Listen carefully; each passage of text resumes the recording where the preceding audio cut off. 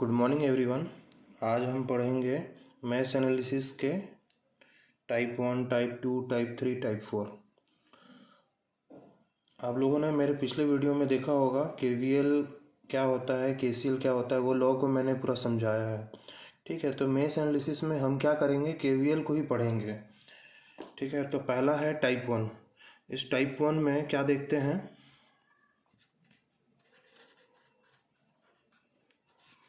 Type 1 में मान लेते हैं हम एक क्वेश्चन ले रहे हैं, क्वेश्चन नंबर 1। हमने क्वेश्चन नंबर 1 लिया है टाइप 1 के लिए। अगर आप इस क्वेश्चन को ध्यान से देखेंगे तो इस क्वेश्चन में आपको दिख रहा है ABCDEF, और ABEF आपका एक मेष है, BCDEB ये एक मेष है। मेरे बोलने पे ध्यान दीजिए, मैं हमेशा जहाँ से स्टार्ट कर रहा हूँ वहाँ पे वापस कंप्लीट हो रहा हूँ। ABEFA एक मेष, सेकंड मेष BCDEB, ठीक है, ये सेकंड मेष है। और लूप हो गया आपका ABCDEFA, बाहर वाला जो सबसे बड़ा वाला है वो आपका लूप, और जो स्मॉलेस्ट क्लोज्ड पाथ है वो आपका मेष। तो हमको इस क्वेश्चन में पूछा गया है कि find the current through 3 ohm resistance, find the current through 2 ohm resistance, find the current through 4 ohm resistance। इस 4 ohm से करंट, 2 ohm से करंट, 3 ohm से करंट पूछा गया है। तो इसको हमको सॉल्व करना है यूजिंग मेश एनालिसिस। तो मैंने आपको बताया है मेश एनालिसिस में सॉल्व करने के लिए स्मॉलेस्ट क्लोज्ड पाथ में आपको क्या लेना है, मेश करंट्स लेना है ना। तो उनका डायरेक्शन आप क्लॉकवाइज ले सकते हो, एंटी क्लॉकवाइज ले सकते हो। तो मैं यहाँ क्या ले लेता हूँ, क्लॉकवाइज ले लेता हूँ। इसका नाम मैंने लिखा I1, इसका नाम लिखा मैंने I2। अब आपको याद होगा मैंने आपको बताया है कि किसी भी रेजिस्टेंस में, ये पॉइंट A है, ये पॉइंट B है, अगर करंट ऐसे फ्लो हो रहा है तो करंट हमेशा हायर पोटेंशियल से लोअर पोटेंशियल फ्लो होता है। ठीक है, ये पॉइंट आपको याद होगा। तो हम इसको लिखेंगे इन मेश ABEFA, जिस पॉइंट से स्टार्ट किया वापस उसी पॉइंट पे कंप्लीट आया। डायरेक्शन कौन सा ले रहा हूँ, क्लॉकवाइज। मूवमेंट कौन सा कर रहा हूँ, क्लॉकवाइज। ABEFA। अब इसमें आप केवीएल इक्वेशन लिखोगे,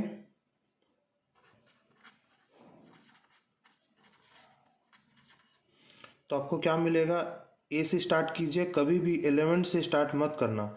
एलिमेंट से स्टार्ट करने से हमेशा मिस्टेक होता है।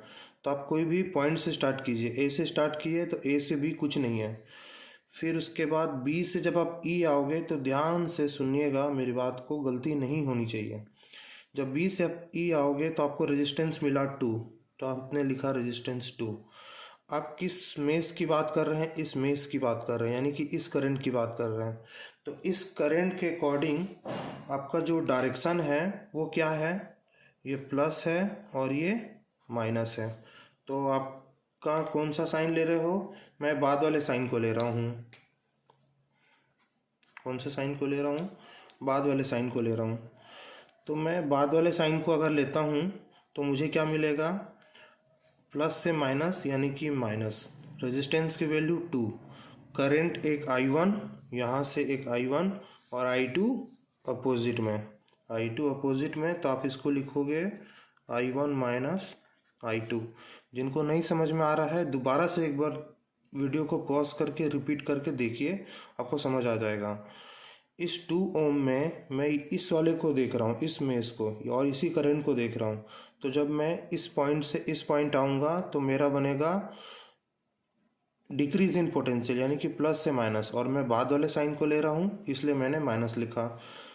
रेजिस्टेंस की वैल्यू 2 और करंट ये जा रहा है I1 और ये अपोजिट जा रहा है I2, तो इसलिए I1 माइनस I2, क्योंकि मैं इस पे ध्यान दे रहा हूँ। फिर उसके बाद आप आ गए प्लस से माइनस, -20। फिर आप ई पॉइंट पे आ गए, ई से एफ आ गए, फिर माइनस से प्लस, +40। उसके बाद आपको फिर से लोअर इन पोटेंशियल ड्रॉप मिलेगा, प्लस से minus, -4 times of I1 equals to 0। ये हो गया आपका पहला इक्वेशन। अब आपका नेक्स्ट काम क्या है, आपको इसको रीअरेंज करना है in the form of I1 and I2। तो आपको मिलेगा -2 times of I1 minus minus plus 2 times of I2 -20 plus 40 it will B +20 -4 I1 equals to 0. Next it will become -2 and -4 -6 I1 and +2 I2 then +20। अब जो गलती करते हैं मैं आपको बता रहा हूँ, कैलकुलेटर में जब हम आंसर पुटअप करते हैं तो उसमें हमारा जो कांस्टेंट टर्म है वो हमारे राइट हैंड साइड होना चाहिए, तो हमको इसको शिफ्ट कर देना है राइट हैंड साइड। तो ये हो गया -20। It can again be simplified it as 6I1 -2 I2 equals to 20। It will become as equation number 1। Next आपको क्या करना है, अब आपको इस मेस में निकालना है। तो next in mesh BCDEB KVL equation gives, B से स्टार्ट कीजिए, बी से सी में कुछ नहीं है तो रहने दीजिए, सी से स्टार्ट कीजिए।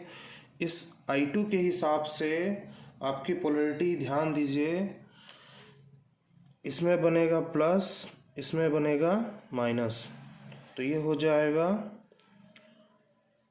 -3 times of I2। Next plus से माइनस -10 वोल्ट, डी पॉइंट पे आ गए, डी से ई कुछ नहीं है, देन अगेन ये वोल्टेज डीसी वोल्टेज है, प्लस से माइनस मीन्स माइनस से प्लस जा रहे हैं, तो आपको मिलेगा +20। अब ध्यान से सुनिए, ये प्लस माइनस था इस वाले इक्वेशन का, इस वाले मेस का। अब हम जो लिखेंगे वो इधर का लिखेंगे। तो इधर में जब करंट ऐसे जा रहा है फ्रॉम डाउनवर्ड्स टू अपवर्ड्स, तो यहाँ पे बनेगा ये +2 वाले में और ये बनेगा माइनस। ठीक है, इसको आप मत देखो अभी फ़िलहाल, जब आप यहाँ लिख रहे हैं तो आपको ये देखना है। तो जब ये देखेंगे तो प्लस से minus -3 times of I2, plus से माइनस -10, अगेन माइनस से प्लस +20, देन आपको इस करंट को नहीं देखना है, इसके हिसाब से देखना है। तो from downwards to upwards plus to minus it will be -2। Current क्या होगा, ये जा रहा है I2 और ये उसके अपोजिट में है I1, तो -I2 times of I1 minus equals to B point पर आ गए इक्वल्स टू 0। अगेन इसको सिंप्लीफाई कीजिए,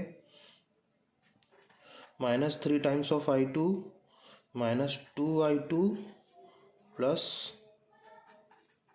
2 I1, ये हो जाएगा +10 equals to 0।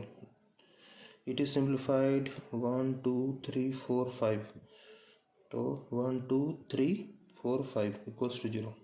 Now it will be 2 I1 -5 I2, 2 I1 -5 I2 equals to -10। It is equation number 2।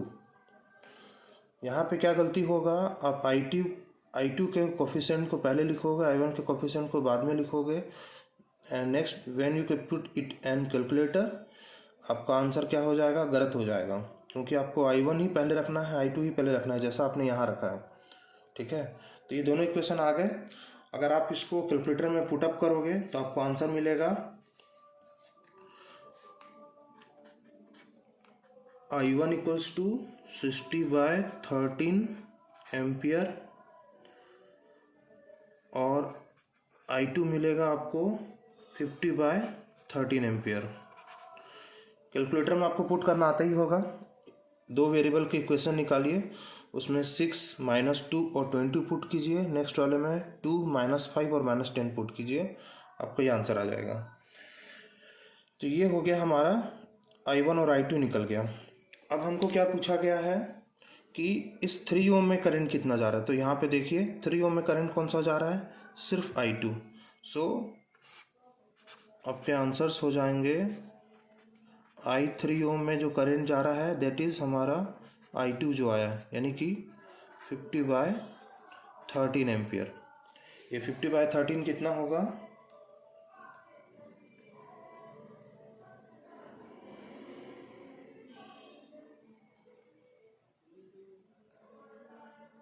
3.846।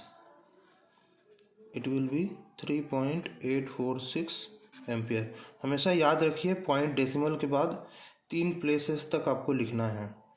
Next आपको क्या पूछा है? आई अक्रॉस 2 ओम रेजिस्टेंस, इसमें 2 पूछा है। ठीक है, तो I2 ओम क्या हो जाएगा? I2 ओम हो जाएगा, एक करंट I1 ये है, एक करंट I2 ये है। तो अगर आप यहाँ से देख रहे हैं तो it will B I1 minus I2। अगर आप इस साइड से देख रहे हैं तो it will B I2 minus I1। तो जो भी ग्रेटर हो उसको वहाँ से देख लीजिए। तो आप इस साइड से देखिए, क्योंकि 60/13 इज ग्रेटर देन 50/13। तो आप इस साइड से देखेंगे तो आपको 2 ओम में करंट मिलेगा I1 minus I2। I1 flow हो रहा है, I2 अपोजिट जा रहा है, तो it will be 60 minus 50/13, it is 10/13 ampere. So I2 ohm is equals to 10/13, 0.769 ampere. Next आपको पूछा गया है आई अक्रॉस 4 ओम। तो I across 4 ohm is similar to I1 current, क्योंकि I4 ओम में कौन सा करंट जा रहा है? मेस करंट I1 जा रहा है। तो I1 इक्वल्स टू हो जाएगा 60/13 एंड इट विल बी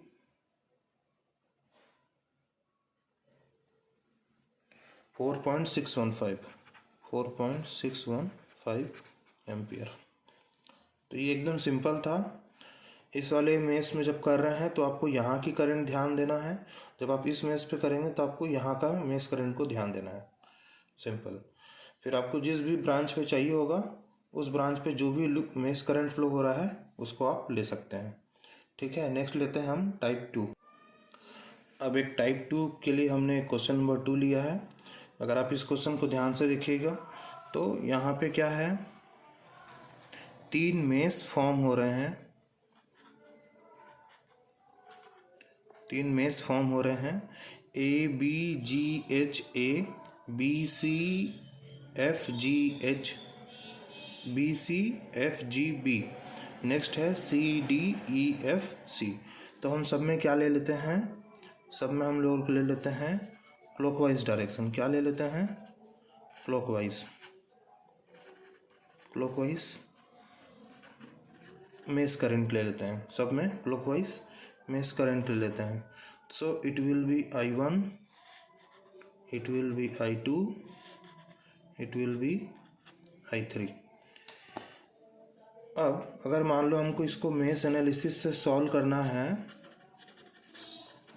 तो हमने सब में डायरेक्शन क्या ले लिए? सेम ले लिए, सब में क्लॉकवाइज ले लिए। तो हम स्टार्ट करते हैं पहले वाले से। In mesh ABGHA KVL equation gives, start कीजिए ए से, एलिमेंट से स्टार्ट मत करिएगा कभी भी। अगर आप एलिमेंट से स्टार्ट करते हैं तो गलती वहीं होती है, क्योंकि अगर आप एलिमेंट से स्टार्ट करेंगे तो इस पॉइंट से भी कर सकते हैं, इस पॉइंट से भी कर सकते हैं। अगर यहाँ से स्टार्ट किए, पहले वाले साइन को ले रहे हैं तो वो आपका हुआ माइनस।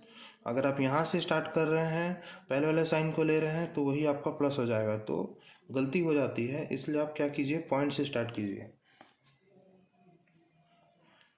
तो आपने ए से स्टार्ट किया तो ए के अकॉर्डिंग इसमें पोलरिटी बनेगा। इसमें ले रहा हूँ मैं ये प्लस से माइनस, इधर जा रहे हैं प्लस से माइनस, ये प्लस से माइनस है, इधर जाएंगे ये प्लस से माइनस। तो ये हो जाएगा आपका,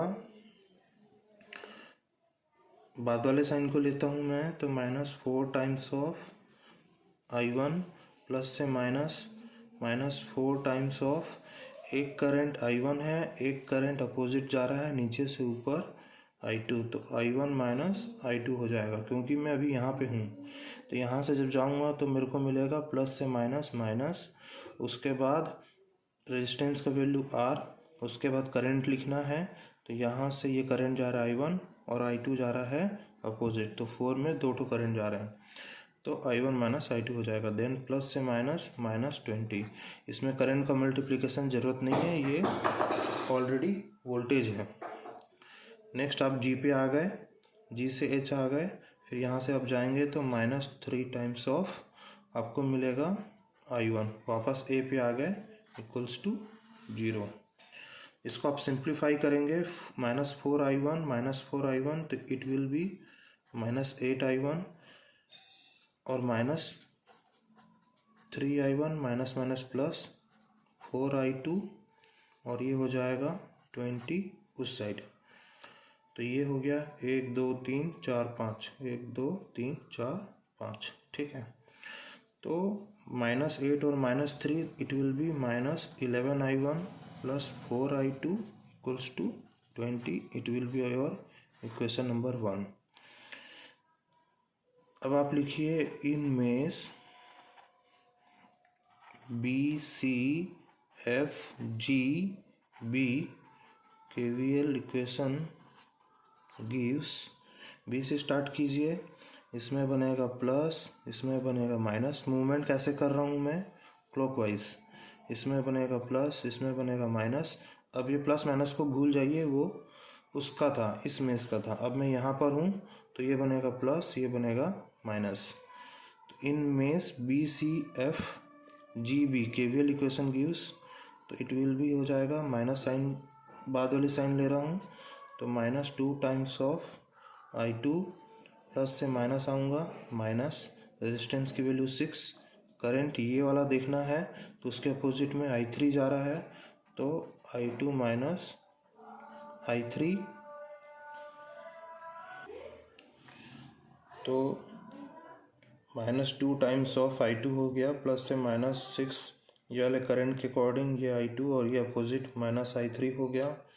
नेक्स्ट हम यहाँ तक आ गए, फिर यहाँ तक आ जाएंगे, फिर माइनस से प्लस आपको मिलेगा +20, उसके बाद प्लस से माइनस जाएंगे, इसको नहीं ध्यान देना है, इस वाले लूप में है तो यहाँ का ध्यान देना है। तो नीचे से ऊपर जा रहा है हमारा करंट, तो हायर पोटेंशियल से लोअर पोटेंशियल, दैट मीन्स हमारा -4 हो जाएगा, ये हो जाएगा I2। इसके अपोजिट में I1 करंट जा रहा है, बिकॉज I2 ऐसे जा रहा है, I1 ऊपर से नीचे आ रहा है, तो ये हो जाएगा -I1। उसके बाद आप यहाँ तक आ गए, इक्वल्स टू B पॉइंट पर आ गए 0, सेम पॉइंट पे आना ज़रूरी है। अब इसको सिंप्लीफाई करेंगे, -2 times of I2 -6 times of I2 minus minus plus 6 times of I3, it will be +20 -4I2 and again it will be +4I1 equals to 0.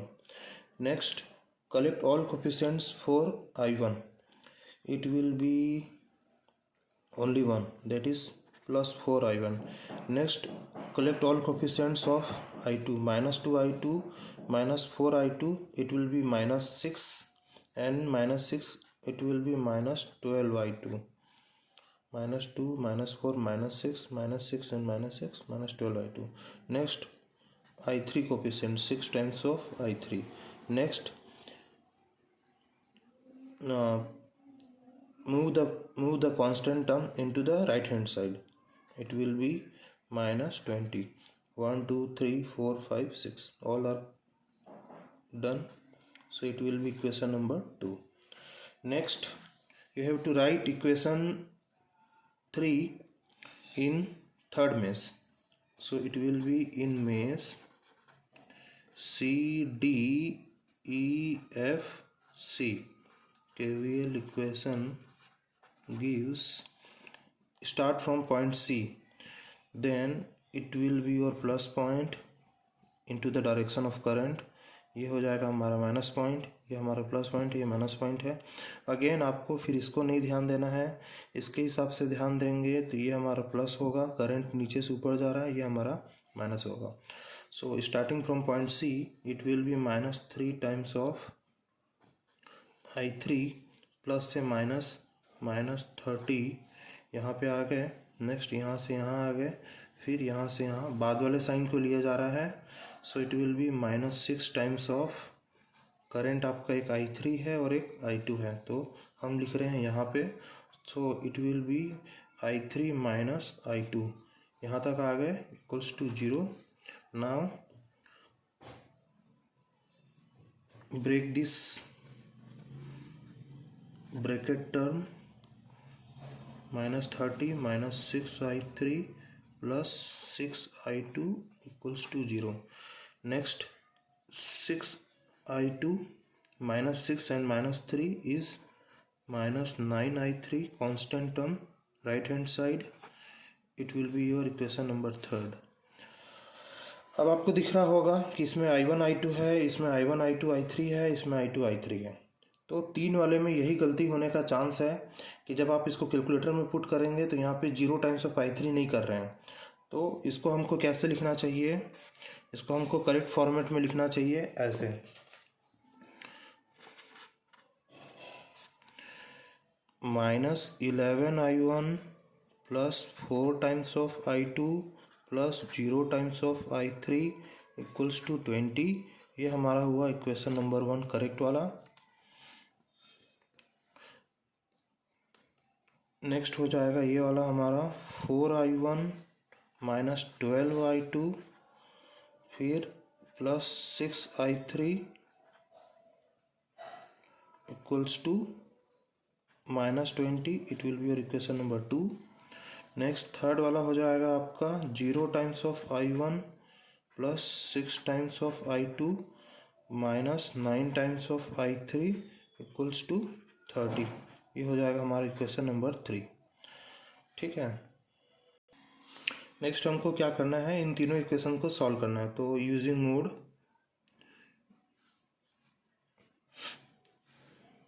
It's a 3 variable equation, तो solve system using 3 unknowns and it is 3 unknown, -11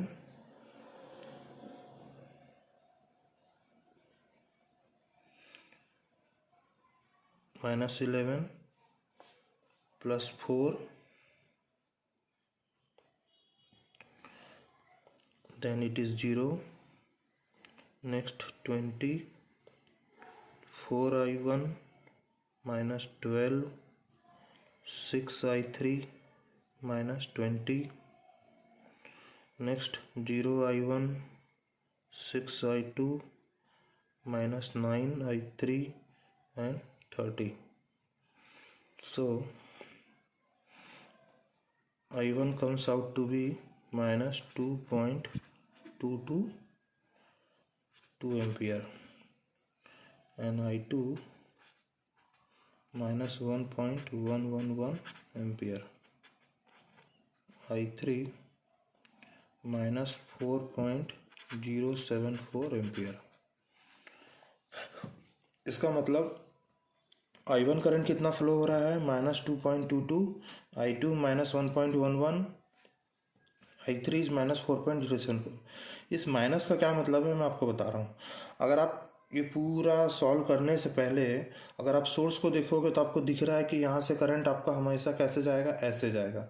इस source से कैसा दिख रहा है कि ये current ऐसा जाएगा, तो यहाँ से जो करंट आया वो ऐसा गया, यहाँ से जो करंट आया वो इधर गया होगा और इधर गया होगा, ये दोनों मिक्स होकर के नीचे जाएंगे ऐसा कुछ। ठीक है, और यहाँ से ये करंट ऐसा जाएगा। दैट मीन्स ये I1 क्लॉकवाइज होना चाहिए, सॉरी I1 आपका एंटी क्लॉकवाइज होना चाहिए, I3 का डायरेक्शन आपका एंटी क्लॉकवाइज होना चाहिए, और यहाँ पर का भी डिसाइडेड नहीं है क्योंकि वो 30 और 20 के अकॉर्डिंग कुछ भी हो सकता है। 30 का बचा हुआ करंट अगर ज़्यादा होगा तो it will be from right to left, अगर 20 का प्रेशर ज़्यादा होगा तो करंट का direction from left to right होगा। सो ये भी नहीं कह सकते, बट 3 ओम में क्लॉक एंटी क्लॉकवाइज, 4 ओम में एंटी क्लॉकवाइज, ये कंफर्म है। ठीक है, तो यही हमारा माइनस क्या शो कर रहा है कि हमने जो आंसर डायरेक्शन लिया है वो हमने क्या लिया है, गलत है हमारा डायरेक्शन। तो I1 का एक डायरेक्शन क्या होगा, एंटी क्लॉकवाइज, I2 का भी एंटी क्लॉकवाइज, I3 का भी एंटी क्लॉकवाइज। यानी कि अगर आपको 3 ओम में करंट पूछा जाए कोई, तो आप उसको निकाल सकते हो। I3 ओम का डायरेक्शन होगा I3 इक्वल्स टू I3 और ये होगा 4.074 and current flows from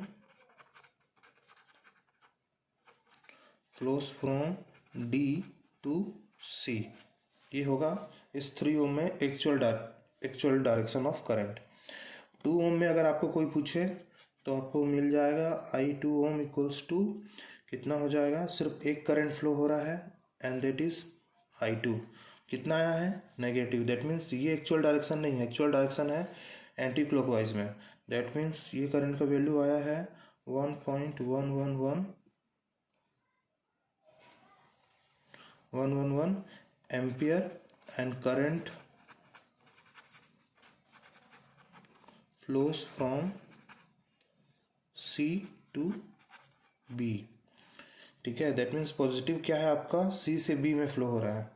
next अगर आपको कोई पूछे कि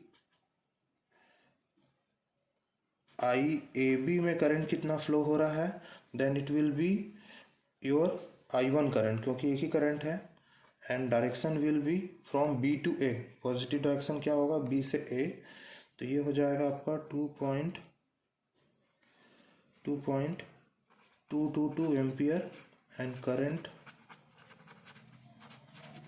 flows from B to A। इस नेगेटिव का मतलब ये हुआ कि हमने जो डायरेक्शन एज्यूम किया है वो डायरेक्शन गलत है। इसका एक्चुअल डायरेक्शन ऑफ करंट इसके अपोजिट है। दैट मीन्स इसमें एंटी क्लॉकवाइज है, इसमें एंटी क्लॉकवाइज है, इसमें एंटी क्लॉकवाइज है। दैट मीन्स 3 में D से C फ्लो हो रहा है, 2 ओम में C से B फ्लो हो रहा है, 3 ओम में D से C फ्लो हो रहा है, 2 ओम में C से B फ्लो हो रहा है और इस 4 ओम में B से A फ्लो हो रहा है। और अगर आपको 6 ओम में कोई करंट पूछे, 6 ओम में कोई करंट पूछे तो वो भी आप इजीली निकाल सकते हो। 6 ओम में कौन सा करंट है, अगर आप इस साइड से देखोगे तो it will be your I2 minus I3। अगर आप इस वाले मेष में रख के देखोगे तो it will be your I3 minus I2। तो डिपेंड करता है कि कौन ज़्यादा है, तो आप देख लीजिए कौन सा ज़्यादा है। तो ये नेगेटिव वैल्यू है, ये माइनस होकर के ये प्लस होगा। तो आप यहाँ से देखिए इस वाले पॉइंट से, तो आपको क्या मिलेगा,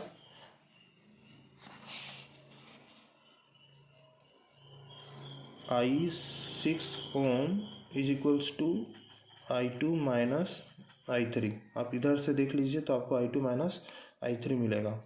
I2 का वैल्यू कितना है, -1.11 और I3 का वैल्यू है माइनस, तो वो माइनस माइनस करके हो जाएगा प्लस, तो 4.074। तो ये आंसर आपका आ जाएगा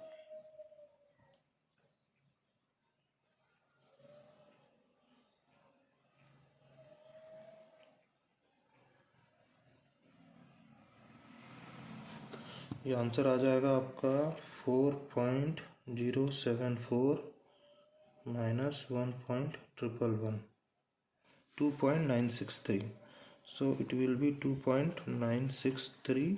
कैसे मूवमेंट होगा, I2 हमने यहाँ से लिया है, दैट मीन्स हमारा रिजल्ट क्या आया है, पॉजिटिव आया है। दैट मीन्स I2 के डायरेक्शन में ही हमारा इसमें करंट फ्लो हो रहा है, that means C to F।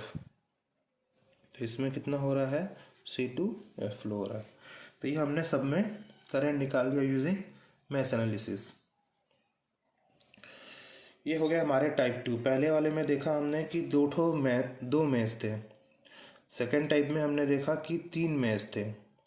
ठीक है, थर्ड वाले में हम देखेंगे कि ये जो 3 मैसेज लिए हैं इसमें कहीं भी करंट सोर्स नहीं है। अगर करंट सोर्स लेंगे तो क्या होगा, ठीक है, ये हम देखेंगे नेक्स्ट वाले पार्ट में।